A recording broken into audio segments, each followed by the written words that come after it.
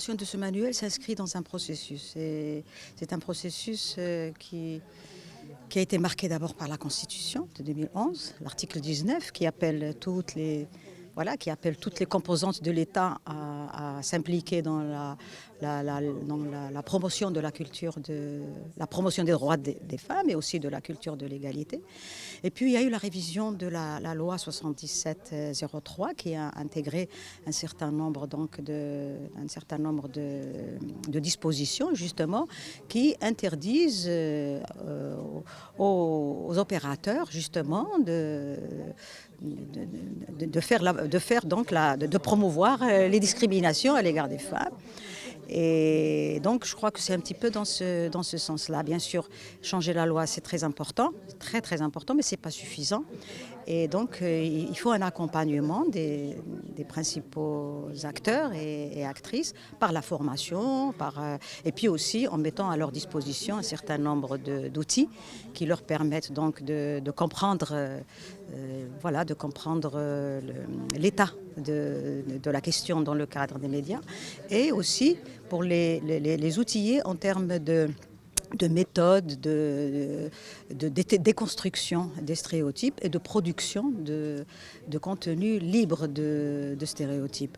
Alors, pour moi, auteur de ce manuel, si ce document interpelle, fait réfléchir les journalistes et d'autres professionnels des médias sur justement leurs pratiques, sur ce qu'ils font au quotidien, les sensibiliser à l'importance d'avoir un regard genre sur ces productions.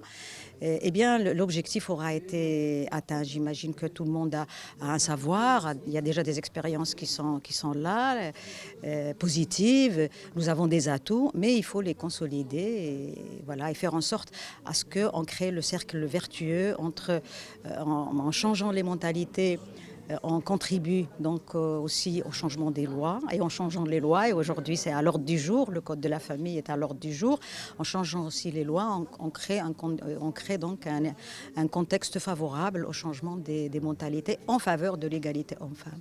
En plus de sa production normative en faveur des droits des femmes et d'une représentation équitable et inclusive des femmes dans l'espace public médiatique, l'AAK a décidé d'éditer ce manuel qui a été élaboré par une grande spécialiste, Madame Lemerini, ancienne présidente de l'AAK et spécialiste internationale reconnue dans ce domaine.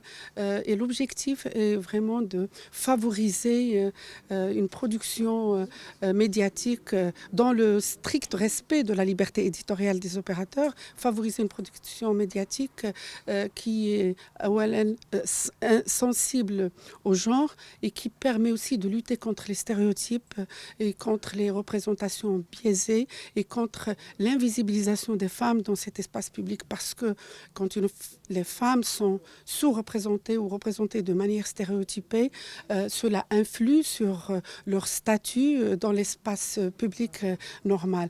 Et l'objectif, c'est que les médias peuvent, en adoptant une posture sensible au genre, ils peuvent aider à l'appropriation par la société des valeurs démocratiques, de la parité, de l'égalité citoyenne.